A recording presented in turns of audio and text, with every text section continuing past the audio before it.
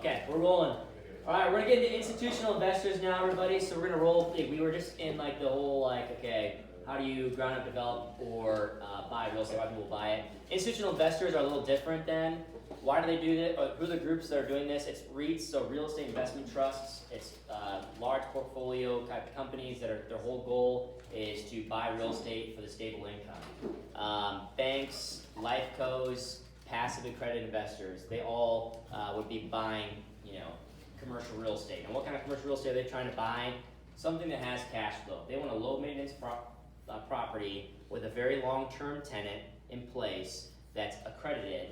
And the whole reason why is they want the cash flow of that property and they want the ability to depreciate the asset over a very, very long period of time. Can you define, you're using the term accredited investors, can you define? Sure. Oh yeah, absolutely. So an accredited investor, and we probably have some accredited investors technically in the room whether they know it or not. It's somebody that has like a net worth of over $1 million, right? Is like what someone has to deem as a accredited investor. There's also a lot of times a liquid cash type component to that too, but it's truly something that has to be, sometimes these things have to be recorded with the SEC and FINRA, and they want to know someone has the capability and capacity to get into some of these sometimes higher risk type assets. So just think accredited investor is going to be somebody that's got $1 million of net worth beyond, probably not right at the cusp of $1 million, but probably quite a bit above that, and they have liquid cash type ability.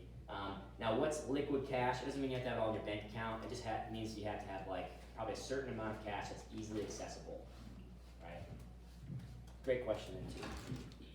So, for example, there's a building up near Fort Bend, right? Had an office lease with a tech company, signed a 10-year lease. This guy ends up selling it to one of the, partners with the Pacers, right? Why did he buy that? Well, it's a 10-year lease, a very accredited tech company that was in the building, and basically a brand new looking building too, where there's maintenance issues are going to be very, very low. That person's just writing out the income on this asset. They're able to put very low debt on the asset then too, or low interest rate debt. And they're just depreciating the heck out of it because they make too much money and they're trying to lower their taxable income. Commercial real estate's very good at doing that, right? Okay, so how to determine an asset's value? I get this question all the time. What's this property worth? Well, I sort of described it too. Owner-occupant and the PPPs have a different price point than someone who is an investor, right? So when I sort of think of a building that's, let's say I have one listed right now that we're almost under contract for down in Fountain Square, right? 1112 Prospect Street. I told the seller of this building as we're going through our analysis, hey, we really hope to have an owner-occupant buy this building. They're going to be willing to pay more money.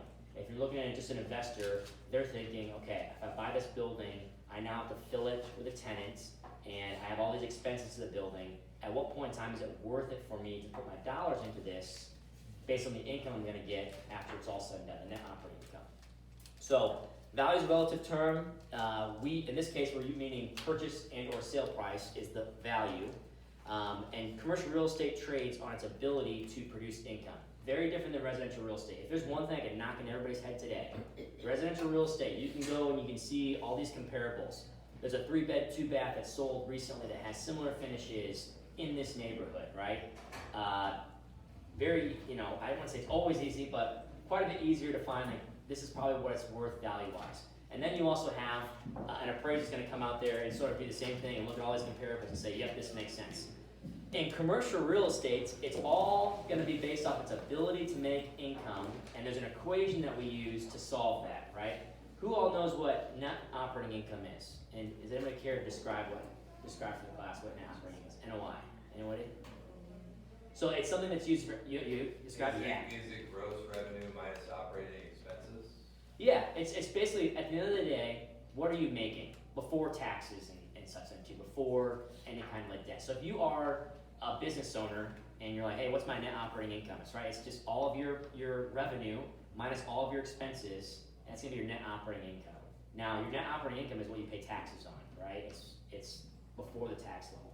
So commercial real estate is the same thing as if you're just operating a business. It's instead of just being selling goods or whatever, you're now selling space to people, right? So that building, each and every single building has its own net operating income. It's very important to calculate this and get this down because everything relies on this. It's how you reverse engineer a price. It's how you determine a building's actual value. It's the quick and easy way to do it. So Cap rates are how you show, I skipped it, cap, going back this. Yeah, capitalization rate, also known as cap rate. So net operating income divided by value, which is the purchase and or sale price, is going to give us the cap rate, and it's gonna be a percentage, right? That percentage is usually anywhere between 4 and 15%, right? So let's just say that, I'm gonna give you like a little equation, someone can do the math for me. Let's say the net operating income of a building is $100,000, right? And the value of this building is $1 million. What's the cap rate? 10%, yep. So let's reverse engineer this then too, right? You're trying to determine what it looks like. Let's say there's an office building that's selling for, I don't know, $5 million, and the net operating income, or sorry, let's say an office building is Class A and it has $100,000 of income. I can go look up and understand it's a Class A building producing $100,000 of income, and I can look at my metrics and say, okay, in Indianapolis, the cap rate for this kind of building probably should be 6%, right? How do I determine the value then? What would the value be? If it's $100,000 of income and the cap rate, what it should be for this asset class is 6%, what's the value? What's that? 600,000. Yeah, it's gonna be $100,000 divided by 0.06. So I don't think it should be, yeah, I think it's a little more than that. Right? Am I wrong? I don't have a calculator on me. Well, that's how you reverse engineer it then too. Then you start to look at detractors then of pricing, right? So if we reverse engineered it there and we deemed our value that's there, is the building in good condition? Is the tenant credit worthy? How long is the lease left, right? We can now start to like get to a general pricing of what someone's gonna be willing to pay for that. So, yeah, typically I'd say 4.5%. If you found a 4.5% cap rate property right now, avoid it. That's way overpriced. I guess with the debt being the way it is, there's no way that really works. Cap rates should fluctuate with like demand for the city and the area, as well as like what debt looks like. So if a really good property, let's say it's multifamily, it's like 100 units, then it's a Class B property, meaning it's pretty good, but not like the best of the best. I would expect that right now to be like 7.5% cap rate, maybe 8.5%. Because I'm thinking if I'm going to buy that, if I'm trying to put 30% down, I need to be able to cover with all my revenue and rents whatever my debt service is. And I can very quickly be like, that pencils out, that doesn't pencil out, like without even having to go do the math on it then too. So, does cap rate make sense to everybody? That's a bit, if I learned anything today, it's like cap rate. Net operating income divided by value equals cap rate. And then the inverse equation, if you're trying to deem the value and figure out the value, you would take the net operating income, whatever it's producing, look at what the market's showing cap rates to be, and you just divide it the opposite way to get the value. So we can always cover that more, but that's definitely the big piece. So why are they important? It's just a good way for us to understand, does the building perform currently well enough to outpace your debt service, right? Because you're putting dollars in there, you want to make sure it cash flows well. A lender is also going to force you to make sure that the cash flow of this property covers a certain debt to income or debt service coverage ratio, right? So meaning, does this property cash flow well enough to outpace your debt payment? So a lot of times the DSCR, they'd say you want to have 1.25 DSCR at least, right? And that's meaning you have to be making 25% more than what your debt payment is, or else the lender's probably not going to be willing to lend on that. They'd say, bring more cash to the table, right? We were just in a market where, at 3.5% or 4% type debt for some of these commercial loans, it's very easy to make those things work. A lot of these loans, we'll get to like how loans are structured, they're going to balloon and come available again, and people will not have had enough time to bump all their rents to then be able to adjust to the new rates, and we will have a lot of people trading hands with commercial real estate because it's just, people are over leveraged. So practice determining value. Can you say that one more time? Sure, yeah. So we'll get to like this in a second, but a lot of times, unlike residential lending, you guys are like, hey, we get a loan with any kind of institution. It could be Caliber, it could be a bank. It's a 15 or 30 year mortgage, right? And it's like set amortized payments over that same time, right? You're paying the same payments the entire life of that loan, right? Anybody anybody know how commercial loans work? Anyone try to take a stab at it? It's not, they still be fixed, but they're fixed differently. Anybody know? Shorter term. Short term? Give me an example. You have an example like what a loan would look like? And you've seen my portfolio of some policies. Yeah, like, you got like 7-10 years, even 5-year fixed rate, but then rate will jump up. Yep. After 5 is common. Yeah, so the most common loan in commercial real estate is gonna be a 5-year fixed term, right? And you're like, oh, 5-year fixed term, how do you make enough money to pay off that loan? Well, you're not actually, they're still amortizing it over a 25-year period most likely. So like it's a 30-year loan for residential product, 30-year loan, 30-year amortization, right? In commercial, they might do a 5-year loan at this certain rate, but they're amortizing the payments as if you're to pay it off over 25 years. The loan's not for 25 years, it's just a way for them to, reduce the actual monthly payment. Now you're like, well, Jake, how do you pay off the asset then? Well, in general, after the 5 years, you have a balloon payment, and it's gonna be a large balloon payment. And to be honest, your full 5 years, you're not really paying much principal down at all. You're pretty much paying interest, right? So this entire time, you're paying interest, you need to make sure your cash flow is good, and you're bumping the rents up appropriately, because at that 5-year period, you got 3 options. You refinance with them at whatever rates are in the market at that time.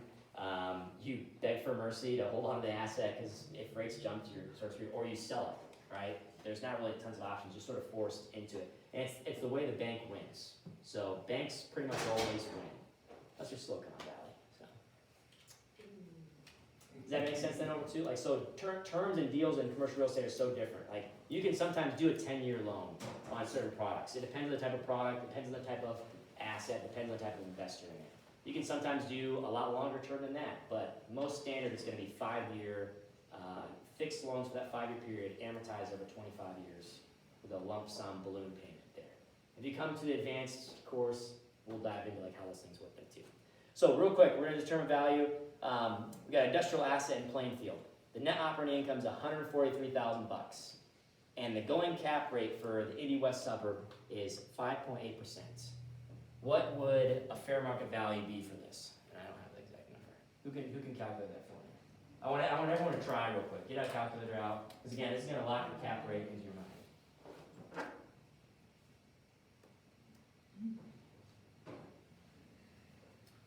Who's got it for me? 2.4, 2.5 million? Yep, exactly. 2.465 million. Does that make sense, everybody? How it's done?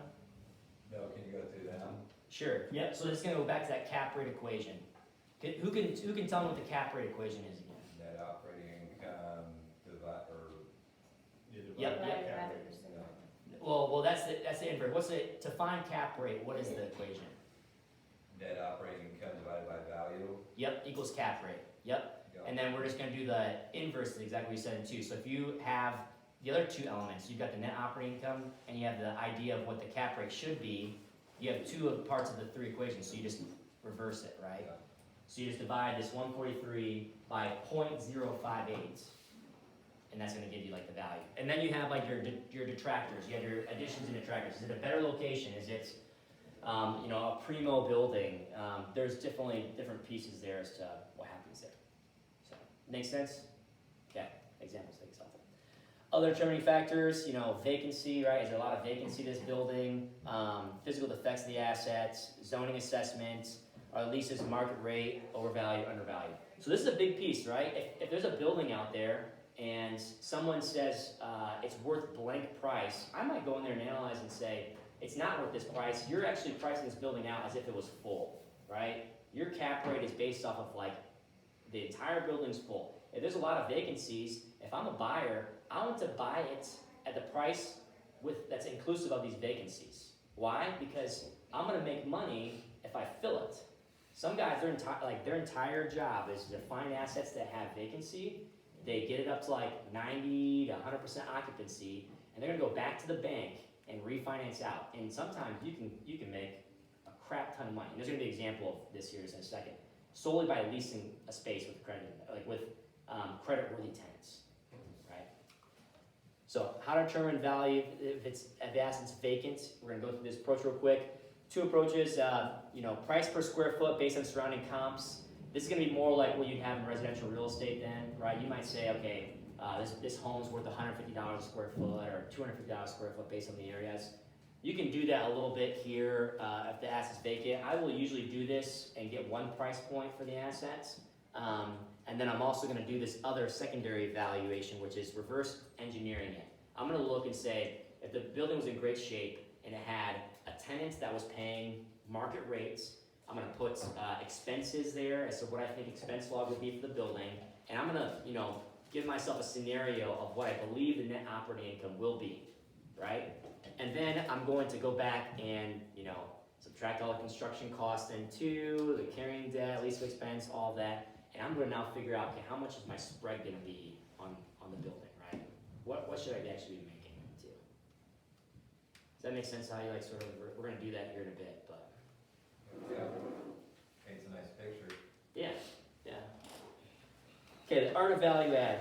Ways to add value. Actually, I'm gonna go back. Can I go back? Okay. What are ways you think you can value add? Some people already saw the slide. What are value add ways in a building? What does value add mean even? Additional amenities like exercise, having food service. Creativity, ideas of what this building could be that no Sure, one's thought about. sure, yeah. Get it rezoned. Rezone, yeah. Rent increase, like you said. Yeah. Those are all great answers. I think that some of those are probably larger on the scale than others, right? So yeah, leasing the asset up. So if there's vacancy, a value add, it can really just be getting it more full, right? More people there, more money on the building.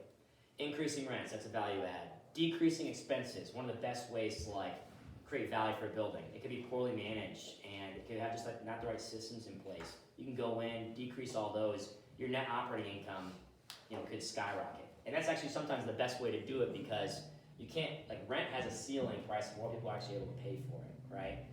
Expenses, again, there's always a relative realm where you have to pay for certain things, but if you get the right crews in there to keep the expenses low, very helpful. Rezoning the asset, yeah, combining parcels, lands, doing all that. Environmental cleanup is another way to value add into, it's another option. So we're gonna look at this value add example for a multifamily because it's probably the space that you guys are most familiar then with is just units there too. So let's say 40 unit count, you got the rent, $800 a month. So you got the annual rent then for the whole pro forma. You got your annual expenses. So you have, and this is just a hypothetical equation. They don't look as good as this, so just understand it, okay? So your net operating income is $230,000, and let's just say the market cap rate right now is 6% for this kind of asset. So in general, this building right here like this should be worth $3.84 million, right?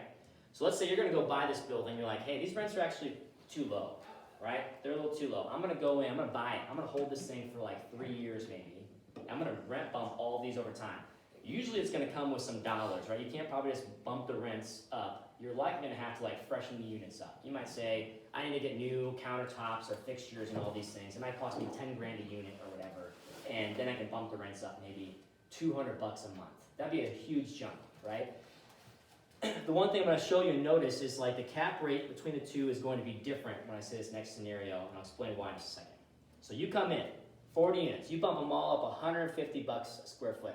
You were somehow fortunate to keep the annual expenses the same. You did a good job. You technically decreased a little bit. So now your NOI is $302,000, right?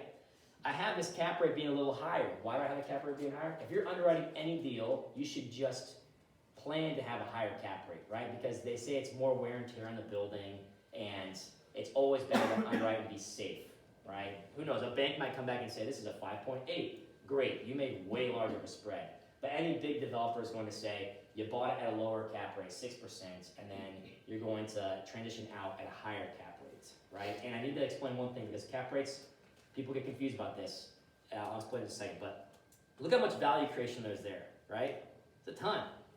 $1 million, right? That could happen over a 3-year period. You're not even a rocket scientist at all, right? You just did some sweat equity and such, and it's really just, it's all these, we're all finance nerds, right? It's some person behind a desk sitting there saying, oh, it's just Excel spreadsheets, and I'll get all these crews, I'll just manage people, and I can create a lot of value. This would be a lot higher even if the cap rate was the same, right? So the one thing I want to say is this: when people buy a building and they increase the net operating income, right? So they increase the NOI, they might think, oh, my cap rate just got higher because now the same equation, there's $1 million for the value of the property, $100,000 of NOI. That's 10% cap rate, right? They might go in and bump all the rents up, and now they're getting $200,000 of NOI on $1 million building. You'd be like, oh, the cap rate's not 10% anymore, it's 20%. That's not how we do it in the commercial real estate space, right? Like, that's how people maybe do it in the residential space. They say, oh, I increased the cap rate. You don't really want to increase the cap rate. You want to increase your net operating income. You want the cap rate to go down. You want this asset to technically be more desirable, hopefully, and you want that cap rate to actually go down. But for nomenclature, people are like, oh, I increased the cap rate, and what they really mean to say is they increase the income. The cap rate is a market determination, a market factor. Cap rate probably stayed the same or is like close to it. But now you create a large spread because maybe you bought this at a 6 cap and you're selling it 3 years later at a 6 cap again. But you created $50,000 more of net operating income. So now $50,000 divided by 0.06, you just made $300,000, right? Or whatever the dollar. That's like your spread there, right? Did that all make sense then? I know it's like gibberish. Any question on that? Are good? Okay, keep rolling. Fictional example. Yeah, there you go. Okay, leasing process. We're not just walk through what does it look like then to timeline-wise with the clients, and if you're like, say, hey Jake, I got a client, this is what they're looking for, you make the handoff to me, whatever it is, or we work it together. This is typically what the process is gonna look like. We're probably gonna have like 1 week of just assessing their needs, right? It's gonna be a client phone call or an in-person meeting. I'm gonna be asking them lots of questions about how much square footage they want, have they done this before, do they have the right like documents ready for us to be able to actually start walking through properties. It's just really an assessment of everything. Identifying properties and scheduling tours. This is like, it's very different than residential real estate. You're like, all right, see a property, you hop on Broker Bay, you're scheduled, you can probably see it in like 5 minutes. You can stand outside the property a lot of times and do that. Commercial leasing then too, you're calling up a landlord or a broker, they're probably not answering. You're leaving a voicemail, they're gonna call you back, you're playing phone tag. That process could take a week before you hear back from them, and you might have given like 6 phone calls. Trust me, that's my entire day is that, and people are like, okay, why can't I get into space faster? Well, the day that I hear back from somebody, I will, we'll show the space then too. So it can take a while before we even start to tour things, and again, they don't pop up all the time. If it's fair priced, I'd say any kind of asset's getting leased up within 4 to 6 months if it's a fair priced, good product, right? Then you're like submitting and negotiating an LOI. What's an LOI? It's a letter of intent. It's a non-binding agreement that spells out terms. So what's an LOI? It might be like, all right, we're signing a 5-year lease. You're defining that. You're defining how much you're paying. You're defining whose responsibility is what for certain things, right? And it's a way for us brokers to negotiate something before legality is involved, because you really want attorneys to draft legal documents, not you. I know we have like the IAR commercial documents. That can get you pretty far, but if it's prime real estate or good developers, they want everything custom because it actually protects their clients way more. So I think the LOI is interesting, like especially if you work with any kind of like residential investments, because you get a lot of like wholesalers or even investment-minded people that try to operate that way within residential real estate. It doesn't translate often.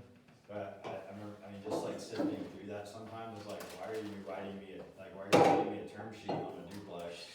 Like, send me an offer. Yeah, it's like just like submit the offer, and it's so like it's just weird how it is like very different in each side. Like you do a lot more verbal or letter of intent exchange on the front end of this to get good faith commitments, whereas like residential is like put it in writing, like and not a term sheet. Give me a purchase agreement. Like, and proof of funds. It's same thing. When you get under contract, you're spending dollars. Everyone's spending dollars on it, right? So it would be, especially when you're having customized leases. If we are talking about terms, we're like, oh yeah, let's have my attorney draft this up. Like, all right, I might have spent $1,500 on an attorney drafting everything up right here. It's probably not that high. Maybe like $400, $500, and this person could completely ghost you too, right? And because like the terms are so far off. So the LOI is just a way for brokers to still stay active and get everything out there in the open before we actually draft something by an attorney. You call it redlining, right? If anybody's done anything in legal work, if there's a document that's over there, your back and forth is called redlining. So like, all right, so I submit an LOI to somebody, they're gonna redline it, give me their comments back, and we're gonna keep hashing it out over a period of time.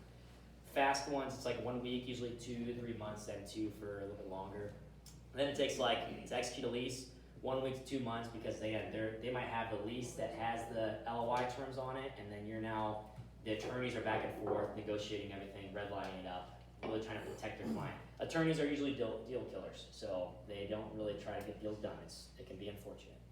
And then landlord deliver the space. They might say if the space is ready, they're going to toss the keys and say, here you go for it. Or there might be build out required, and usually a client's not going to be paying on the space until they're able to operate out of space. So I try to negotiate all my leases like free rent periods and such, so that they have time to build it out, and also they can operate hopefully for like a month in the space to be able to get the income to start paying the lease. So all that stuff is like really negotiable then too. But as you can see, this is a pretty long like timeline, and that's like if you like even find spaces, right? The leasing process is not fast at all.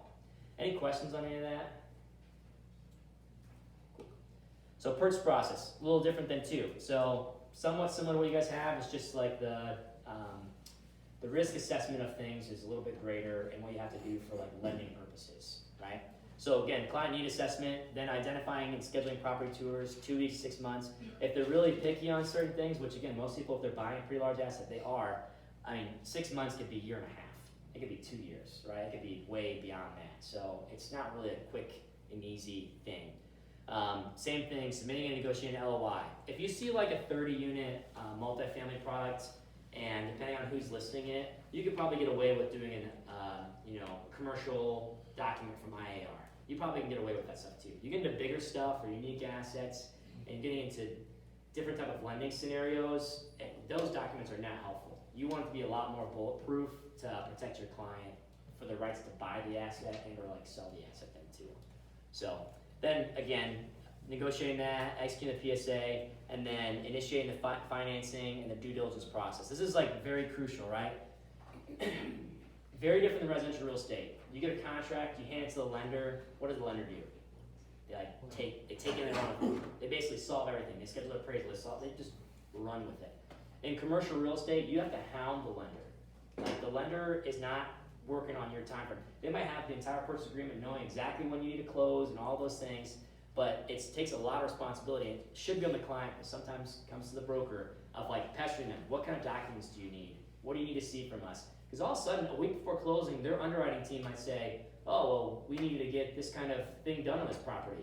And you're like, well, you should have told us, 60 days ago when we could have done that, right? And timelines just, you won't close. They'll say, forget you, right? So there are so many ways for this to go wrong.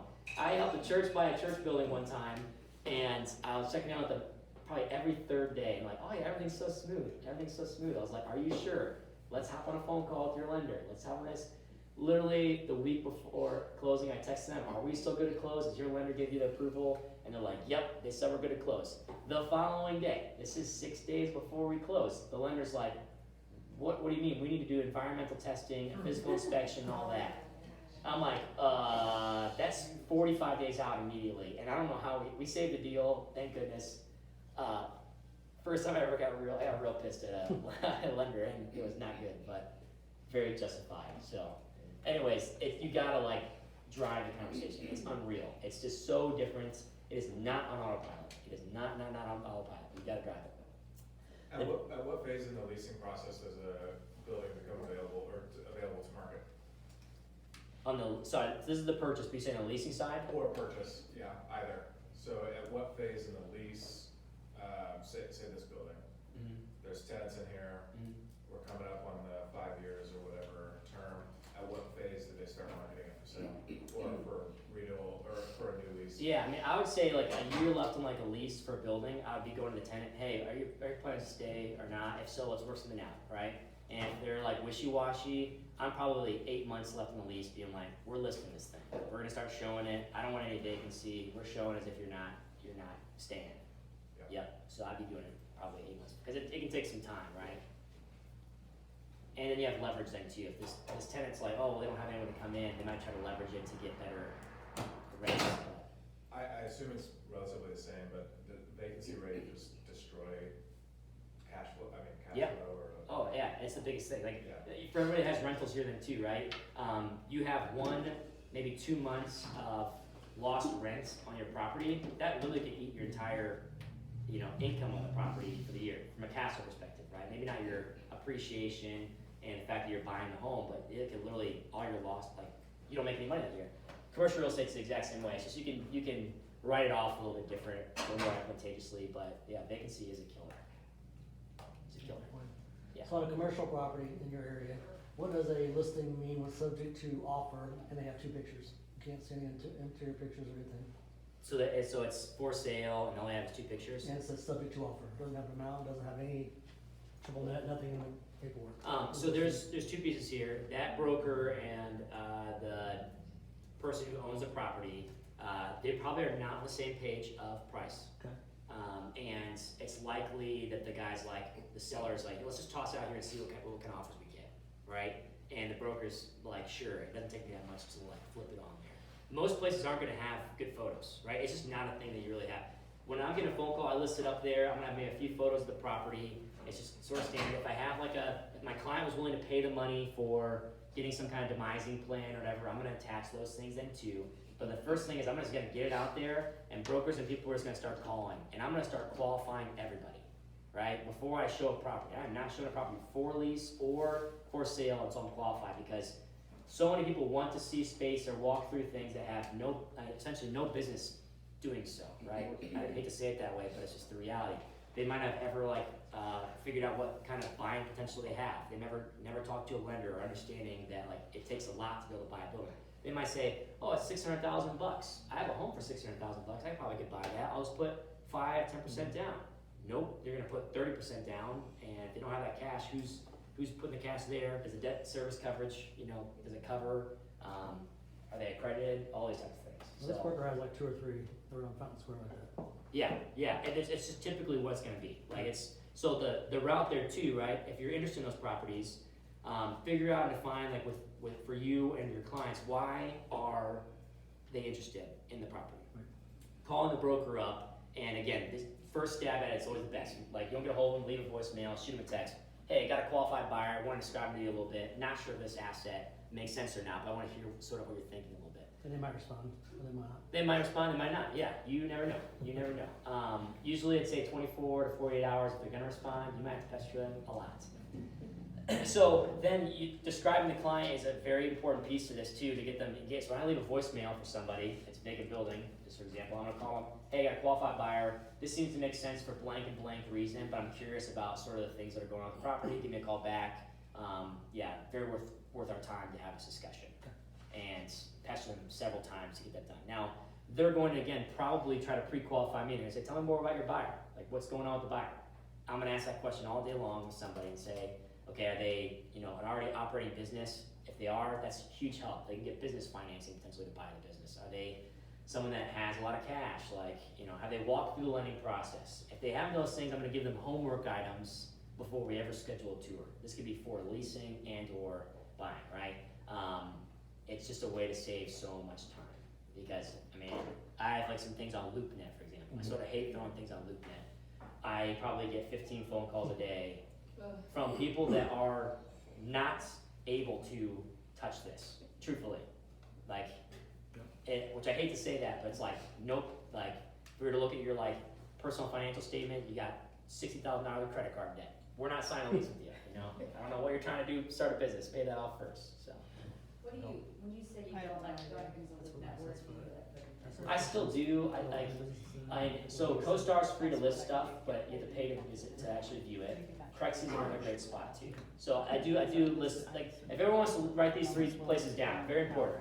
CoStar, LoopNet, Craigslist. If for some reason you had a listing and you're the person that's listing the property, you can throw it on CoStar. CoStar then is it's a product where you have to pay gobs of money to be able to access it. It gives you market data, it gives you the ability to see listings that are on CoStar, right? But it's free to still list on there. Now, LoopNet's the inverse of CoStar, so same ownership. CoStar owns LoopNet. LoopNet, you pay several $100s a month to list something on there, but it's free for anybody to look at, right? And they have the best SEO out there when it comes to commercial real estate. So you search for a property, they're going to be the first one that pops up every time. LoopNet, right? The downside of that is you get people that have no business calling on this property. CoStar is great. Everybody that's looking on there, they're institutional investor, they own real estate, or they're a broker. So anybody that's calling me off something on CoStar, they're already qualified because this person's paying at least $500 a month to have access to this, right?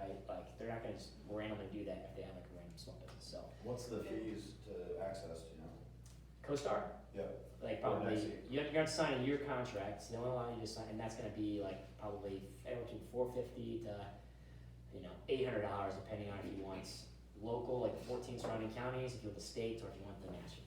So is that a service you as At Properties commercial broker could offer to us? If, like I have one-off guy, he says he wants to invest $1 million, well, I don't know what in the world, but he's just like, give me something that returns well, I'm like, okay. So, like, could you set up, So that you can make some calls. yeah, so that I can knock on doors.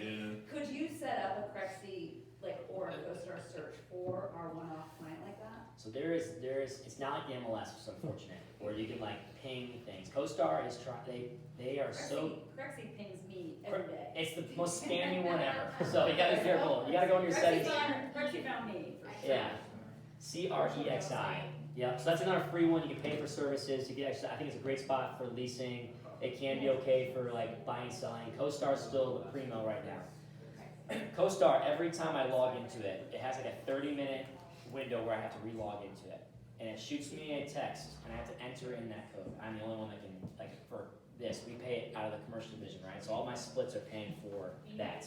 So I'd love to be like, hey, just hop on CoStar, everybody. No, but it texts me and everything, yeah. So the only other route, it makes sense, and I thought about asking Mark and Rex about this, is like maybe get like one computer where you have it at 16th Street office, and it's like set up, and there's like a phone there that like, it'd be expensive to make all that work, right? Is it probably worth it? Probably not, so that's the downside, yeah, so it's not gonna be like, and I can't set up a search criteria that's gonna email you, it will not do that. And again, they're trying to protect their dollars, right? So when somebody like asks like that, I should say, no, I can't do that. Probably, and here's the deal, right? Any good deal in the commercial, this is like, at the end of my presentation, it's like, how do you find commercial real estate? I got a real funny slide there.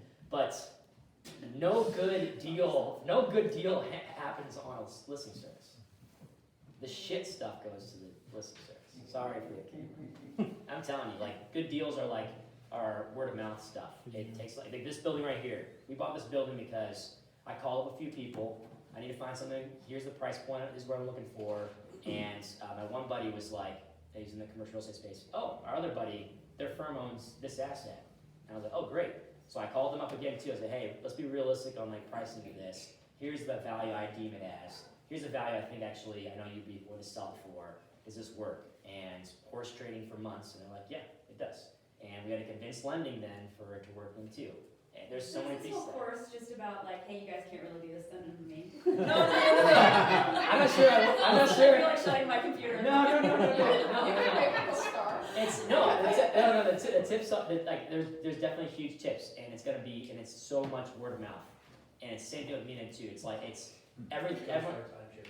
Yeah. If you want me to, I can pull. If you have time, I can pull up my screen. I can show you what CoStar has out there. Like it's not like, oh wow, I got like this extra So piece it's thing. not even that great. The listing services and everything are so helpful for leasing.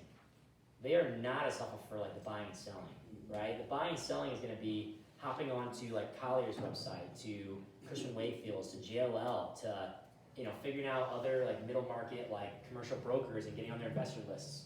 Their investor list, the commercial market middle broker, right? Who might have a 40-unit multifamily. They're not going to list it on anything. They're going to create a cut sheet flyer that has everything on it. They're going to ask for 6%, and they're not going to share the fee with anybody. They're going to send it out to their investor pool, people that all have money that want to buy. They're going to chirp at it, and if someone brought their other broker to the deal, they're going to say, all right, fine, you can bring your broker, but you're paying them yourself. You're not paying them out of the proceeds of the deal. I'm keeping all my fees. It's a real interesting world. Okay, due diligence process. Let's say you're representing a buying, selling client, right? So this is really on the buying side, right? You need to do these things for your bank, right? Even if it's a cash buyer, depending on the asset, you still want to do these things because this is the only way you can protect yourself, right? Once you buy a building, you are now going to be responsible and liable for any kind of defects it has. So there could be tons of environmental issues. All right, you bought the building, day after closing, you find it all out, you are now responsible for all of that. And lenders will require you to do this. Like they will require, because It's their only way to mitigate their risk then too. So if I was gonna have a client, we identified a building, we're like, hey, great, let's buy this building. I'm gonna negotiate probably a 60 to 90 day closing window with maybe an extension there. I'm gonna have rights to do all this due diligence, and I'm gonna educate my client on how much it's probably gonna cost, right? So we're gonna need an Alta survey. I'm gonna tell my client that's $3,000 bucks, right? That's probably gonna take 30 days to get done from whenever like we sign them up. What they're gonna do is like create the boundary, making sure that there's no issues, there wasn't anything that was done illegally to the property, like from an addition standpoint, right? Is that different than a boundary survey that we can order? Alta survey's gonna be different, yeah. Okay, Yep. it includes more detail? Yep, more detail, yep. And there's like several companies, like if anybody needs lists of recommendations, let me email introduce you to like the best of the best. They're quick, good fees, local too. Phase one, that's also gonna be needed. That's your environmental testing. What is a phase one? It's the most gimmicky thing in the entire world. It should be illegal. This whole thing is, yeah, it's like literally it should be illegal. They come out and they just look around the property, they're like, oh, well, there's a pipe that isn't, we don't know where it leads. We should do a further investigation. Now you're gonna have to like do additional testing. It's ridiculous. They're also gonna look on site maps to figure out, okay, are there certain plumes underneath the ground that makes sense? Was there an underground storage tank at one point in time that could potentially, lead to any kind of, dispel of bad material in the ground? And the biggest thing is like what's in the ground, because vapors could potentially come up and poison us all, and we all die, right? So is there more than a phase two? Like, is phase two the depth of environmental,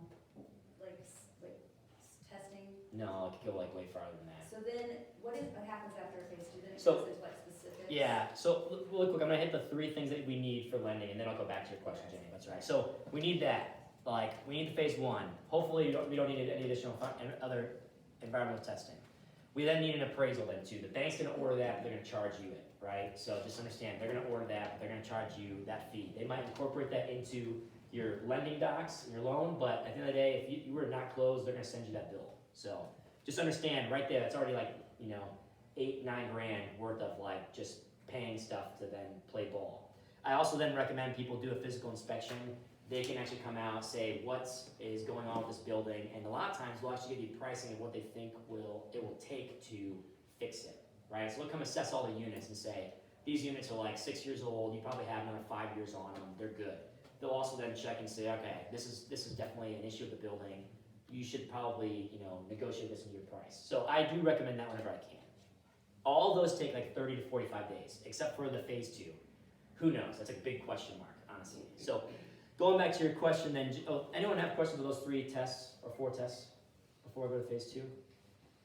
So phase two is also like they'll word it as an LSI, right? So LSI or phase two. So what that is now, instead of just doing like the site type stuff where they're looking around and saying, oh, this could cause issue, like we think this is asbestos, or this pipe, we have no clue what goes to, or them figuring out on these maps like a UST, an underground storage tank, which is the biggest thing they always try to find. The phase two actually now goes into figuring out what's wrong. They're gonna do soil boring, right? They're gonna drill and they'll say, hey, because of what we found with this underground storage tank, in this certain area, we want to do soil boring and get tests back to understand, are we dealing with any kind of like material, right? That's like the best case scenario, that's all they're recommending, right? They might say, I don't know, this is an issue, and they might do a soil boring test, and they're like, yep, we gotta haul out all the soil now. You gotta like completely remove all the soil, you gotta do all this stuff and what have you, right? That price could be, $5 grand. I've seen it go up to like $18,000, $20,000 bucks, right? And you can't really get lending unless you take care of it. So the reason why this is highway robbery is because you have to have a good environmental company. There's like one company in town that I actually trust, by the way. There's like literally one. They actually want to solve things and not create issues. Almost all of them love writing in the phase one. When they can, we need to do additional testing. Why? Because they know you can't buy the building with lending until, if they write suspect for blank, the lender will not lend then. They'll be like, we're not lending on this, no way, until you like resolve this. And they know it. So they'll write it in there and be like, we need to do some additional testing because they think they're gonna get another $8,000 bucks into their pocket because you're gonna use them. I've actually used people for the phase one. They wrote that poorly, and we've shifted, and like, we're not using you. You totally like rip us off. We're using somebody else. So Who do you recommend for that? APEC. Yeah. So did this building get all of it? This one was fine. Just phase one? Oh, yeah, this building got all those, yeah. Alta survey, phase one, physical inspection, and appraisal, got those 4. No phase 2 needed for this one. Usually run into phase two more industrial type, or? Most buildings, I mean, honestly, everywhere downtown is contaminated. If there's a building that's traded, I'm serious. You've held this thing, it's crazy. You've held a building for 30 years. You've got the most contaminated site in the entire world. They don't care. You don't have, it's not traded hands. They don't care. It's the dumbest thing in the world. And then when it does trade hands, if it trade hands cash, again, nobody cares anymore. But you put the lending on it, different scenario. Like 911 Mass Ave, the other property that was bought to eventually be at property's office. There was a phase 1 that was written up by a group, and 6 months later, they decided, and again, it wasn't my environmental contact, I wanted them to use a different group, but they used the group that had done it before. 6 months later, they wrote it up differently. Literally, nothing's changed. They wrote it up differently to then try to get the phase 2 done. It was the dumbest thing I've ever seen in my life, so. So I have a weird one right now. I have a school trying to buy a funeral home, and they are going to level it. And so they did a phase 1. They're gonna make it into a parking lot, but I don't know how to advise about the phase 2 because they're leveling it, but there's gonna be children there. Are they, well, so, depending on the use, creates now different scenarios of what's needed for a building. If it's multifamily, it's like one of the highest scrutinized sites for it because people are living there. They're breathing the vapor more. If it's office or industrial, you get a lot more freedom then too. It doesn't have to have the same kind of, passing of the tests. So for that, are they getting lending on it? No, it's cash. It's cash. Yeah, that's creates an issue. So I'm just struggling with who decides what is environmentally acceptable for children, like. Well, they're not. See, if it's a parking lot, like they're not staying there long term. They're parking the car and they're getting out. So that Right. you're a lot better on that. Yeah. I can probably picture which one you're talking about. Yeah. Would that be a situation where if they get a refi down the road, they may have to go back? That's the potential Or if they issue. wanna build on it. Cash now. They want to build on it. Yep. Split it.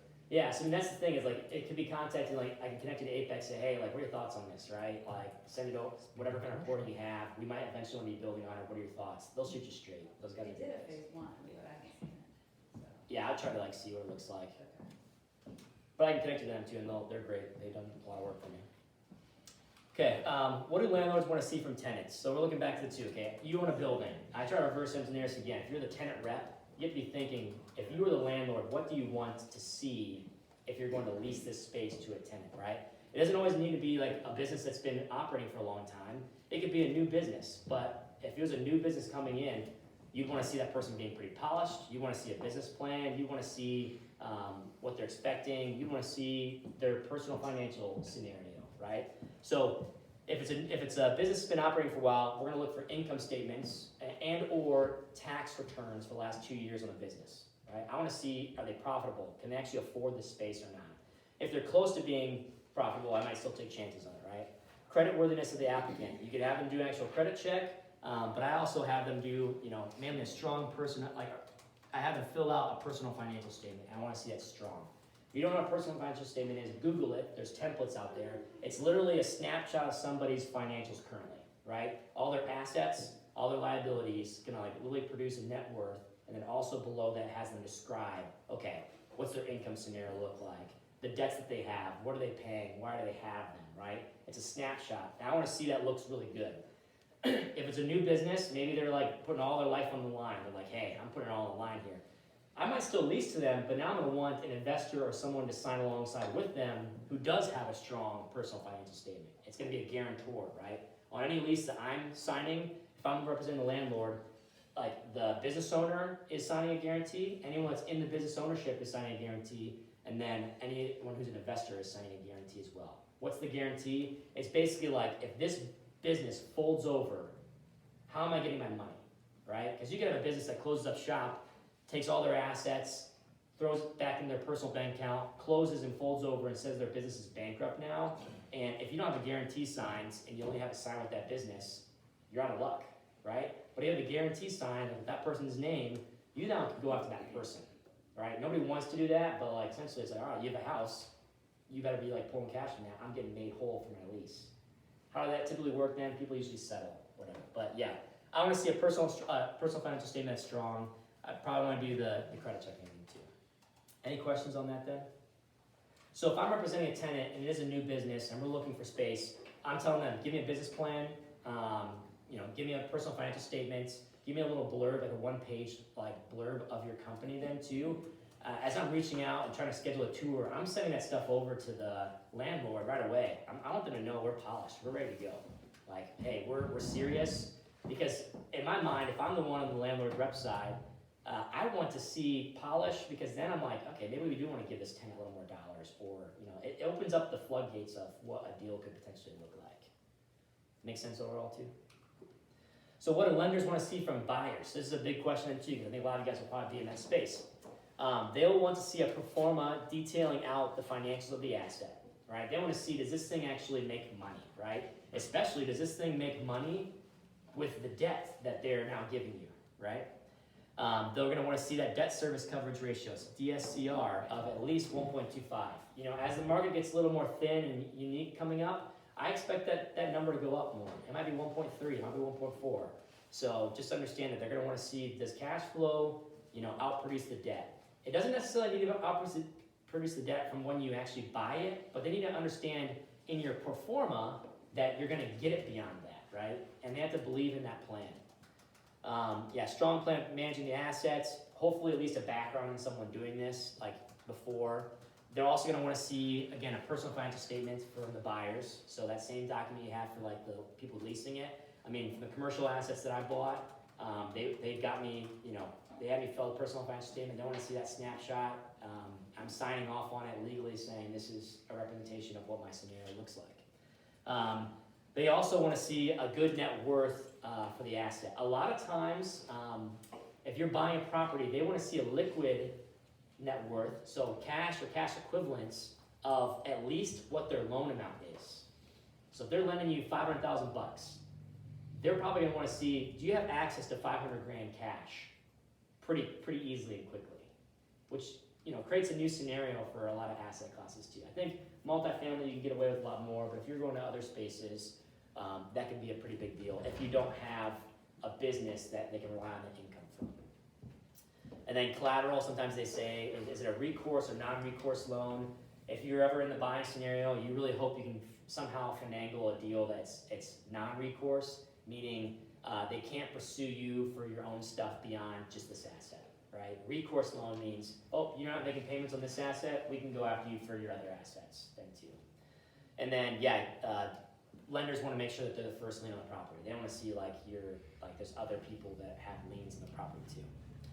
So typical commercial lending terms. So LTV, who all knows what LTV means? Loan value, yes, stellar, love that.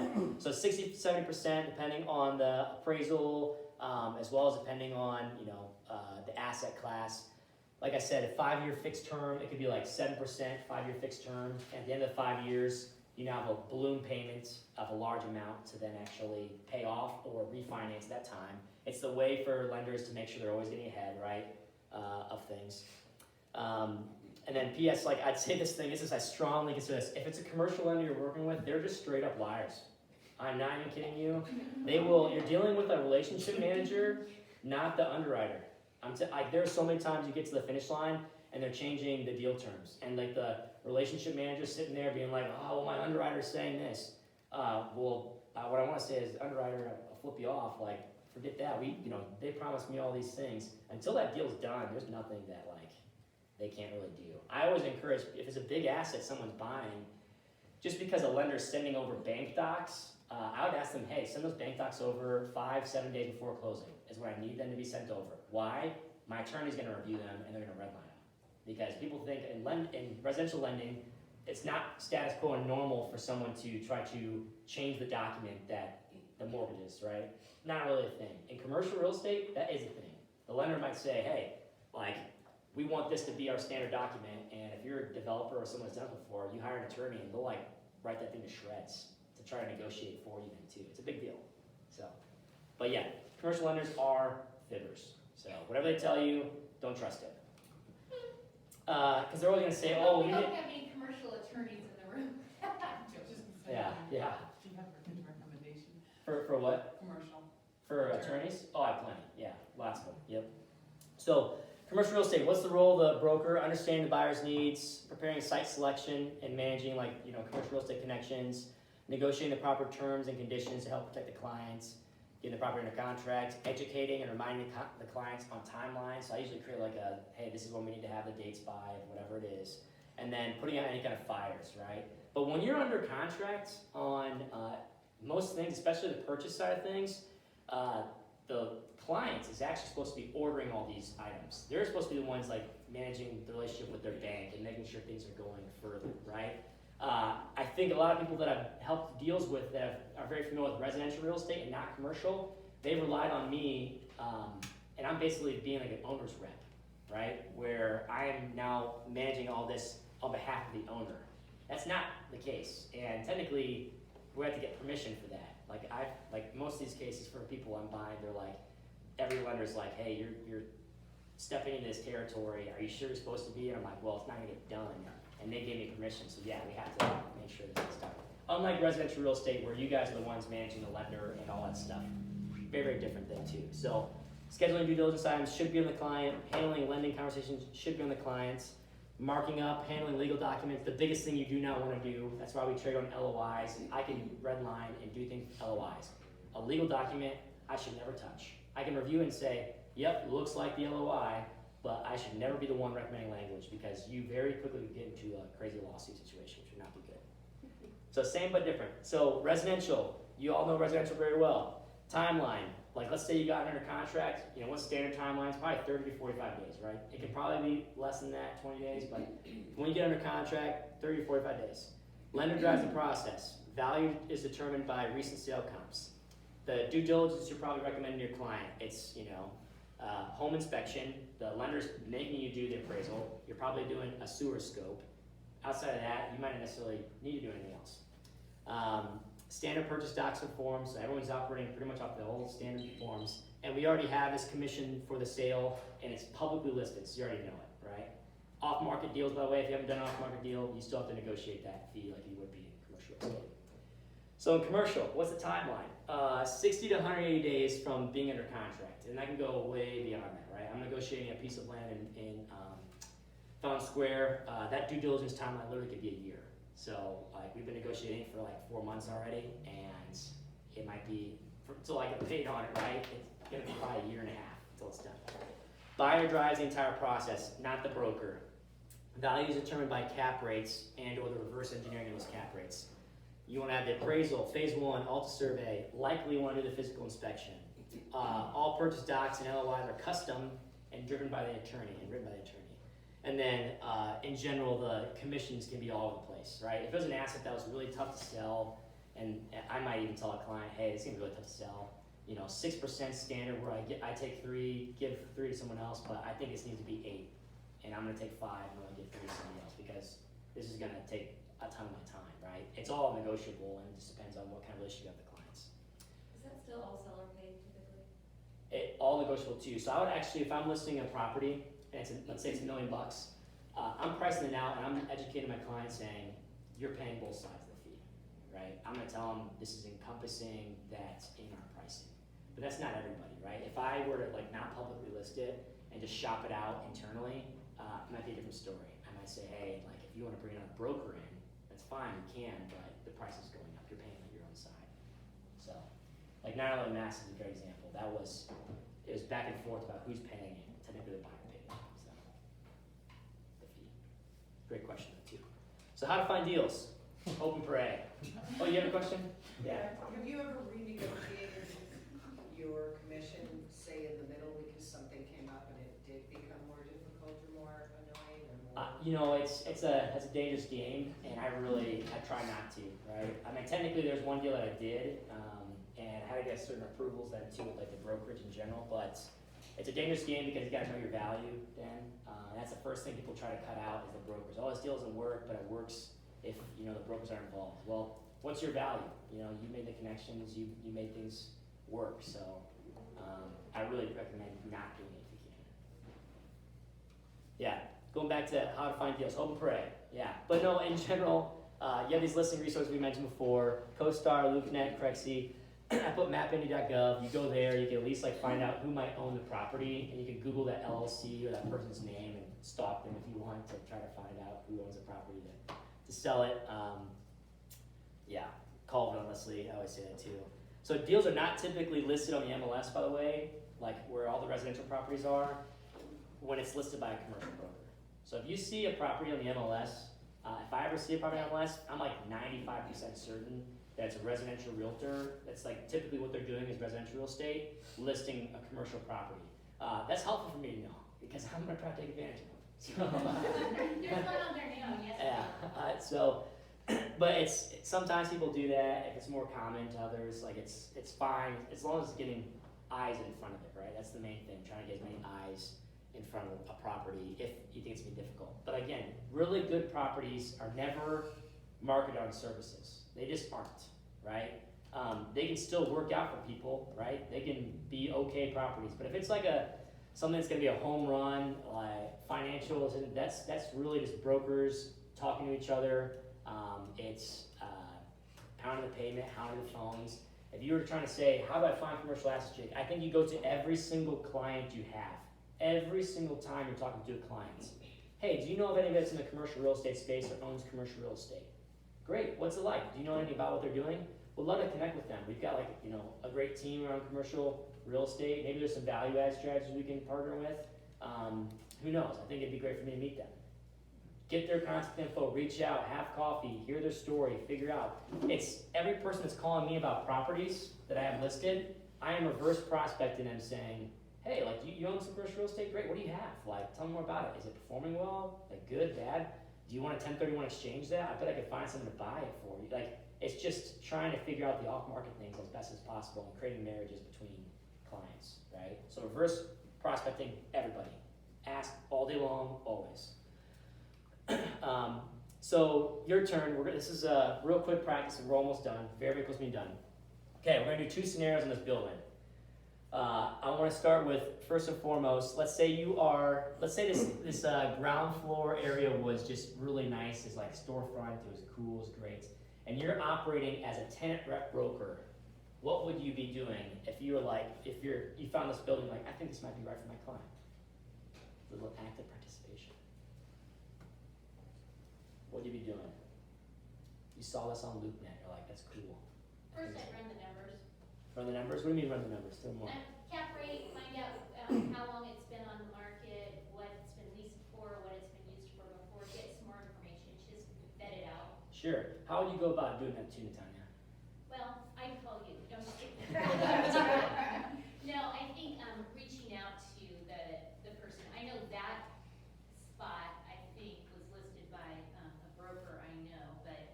I'm not sure I don't think it's in Indianapolis, I don't think. I just pulled a stock That image. it looks like a different building then. I would reach out to people that I know and Yeah. ask the questions and try to find out. The best I found is hope and pray that if it's listed, go directly to the main person, The the broker? main company, Oh, okay. and then I call the secretary or the office manager instead of the person down on the sign and say, hey, I need some information. Who's currently working on this building? And then I go backwards that way. Yeah, it's great. It's great. So let's say you've already talked to your client, you've assessed their needs, you figured out, yeah, this is what they're looking for. This space looks good. So Tanya's next step was like, hey, call a commercial broker or like getting in touch with the person who's listing it, right? Because even if you call the landlord, a lot of times the landlord's saying, we've got a commercial broker, you gotta go through them, right? Because they have a contract. So you call them up, what are you gonna say? Anybody idea what they would do? Let's say I've got a client that I think would be good fit for your building, we have information on operating expenses. Yeah. What's that? You said pre-qualifying new clients. Yep. Yeah, exactly. So it's like this is your first step of like, my client's like amazing, right? I'm trying to make sure we can get all the info and they take me seriously. So both spot on. Calling up, hey, see this space, what was the use before? Tell me more about it. Like, is there a certain kind of thing your client's looking for? Okay, tell me more. I see right now, it's an okay condition. Is there any TI dollars involved? And they might start describing that. And then I'm gonna jump in and like really sell my client as hard as I can. Hey, this, it might not be the right space for them, They're pretty particular, but I do think it could be worthwhile. They're this kind of use, they're, you know, credit worthy. I've already looked at their financials a bit too, personal financial statement. I wanna understand, is there any triple nets involved, and what's the base rent, and are you able to build the space a little more if it doesn't meet their needs? Let them just spit out as much information as possible, and then right after that I'm saying, okay, let's get a tour set up, right? Because the next thing is like, let's just get the client out there to like see if they like it then too, right? But by doing the jargon and everything up front then, very helpful then to actually get you this meeting to meet on site. Because again, they're qualifying. If they don't think you're actually worth their time, they're not gonna go meet you on site somewhere to tour it. But great, I love that, guys. Okay, another scenario then. You have a client who wants to buy this building. What do? Client, you've already vetted your client. They're good. They got some money. They're gonna put a loan on this. They want to buy this. They want to, you know, rent it out to people. What are you doing? Put the cap rate together. Yeah, put a cap rate together. Yeah. How would you do that? Check the zoning. Check the zoning. Okay.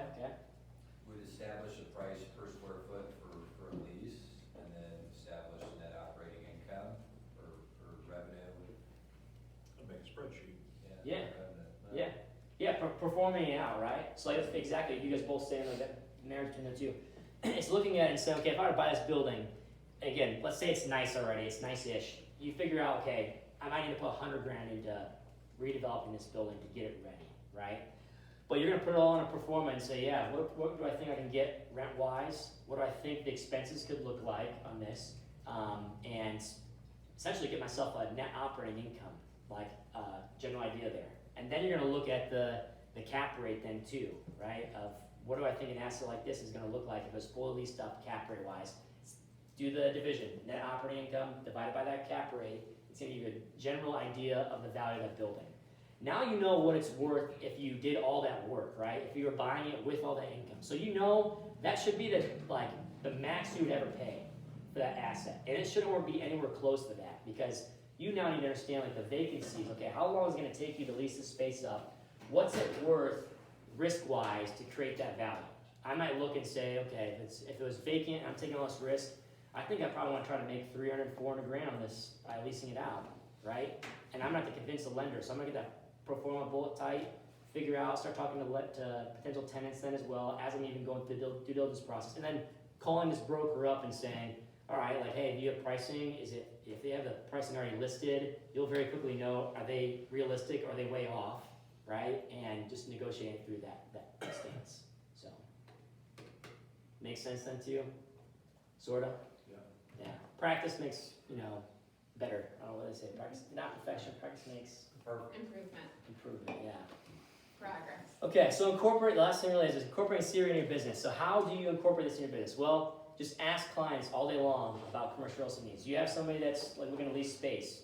I really hope that you guys can pre-qualify them, right? And just figuring out, okay, have they done this before? Why are they looking at commercial real estate for the leasing side of things? What have you? Because people always have pipe dreams. I want to start this business. Well, have they created a business plan before? Have they talked to a lender? Have they done anything in that space before at all? If they haven't done any of that stuff, do not waste your time trying to look for spaces for them, right?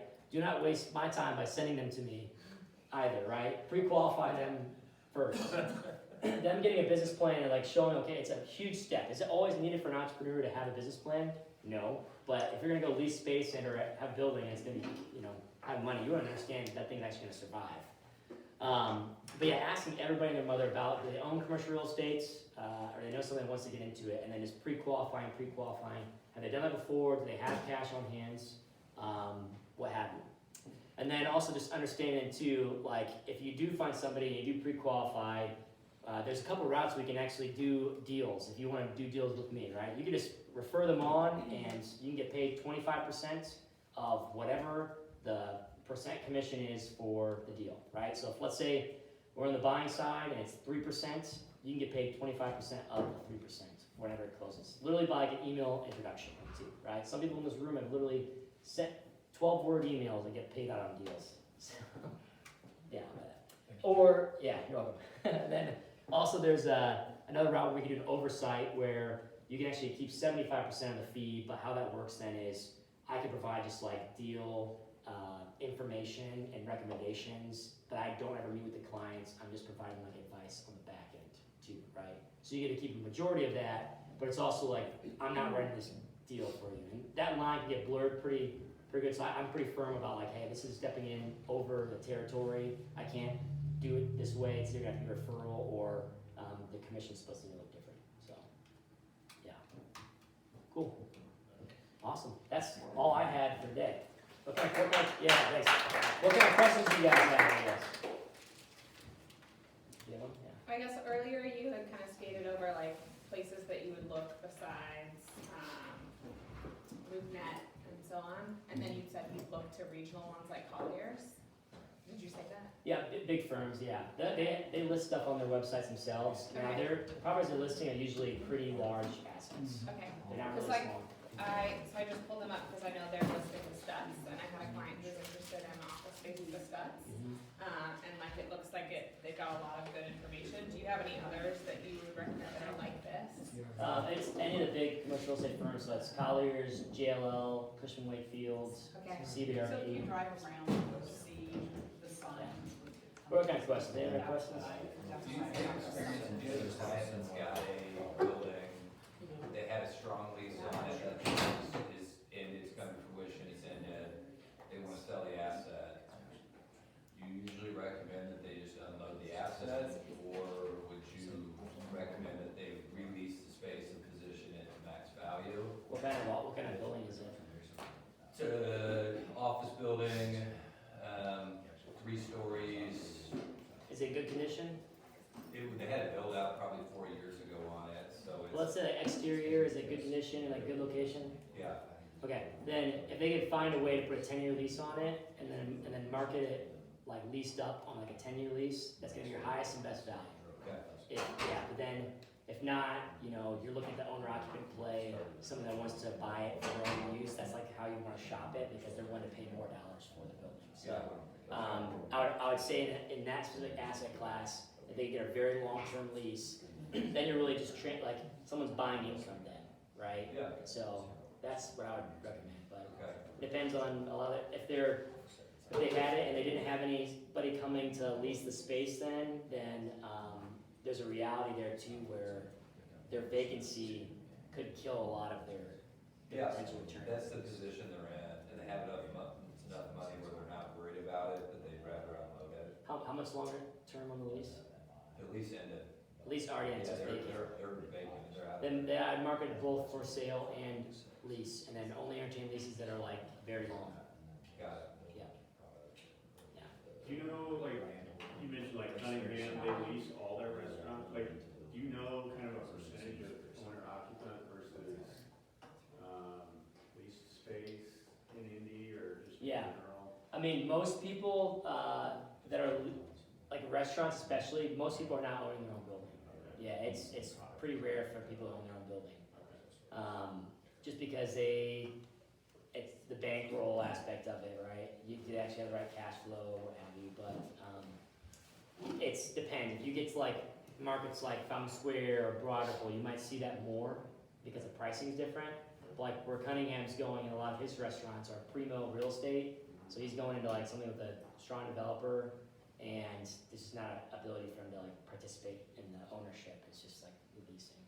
So his percentage rent deal's a way for him to like have more of that marriage.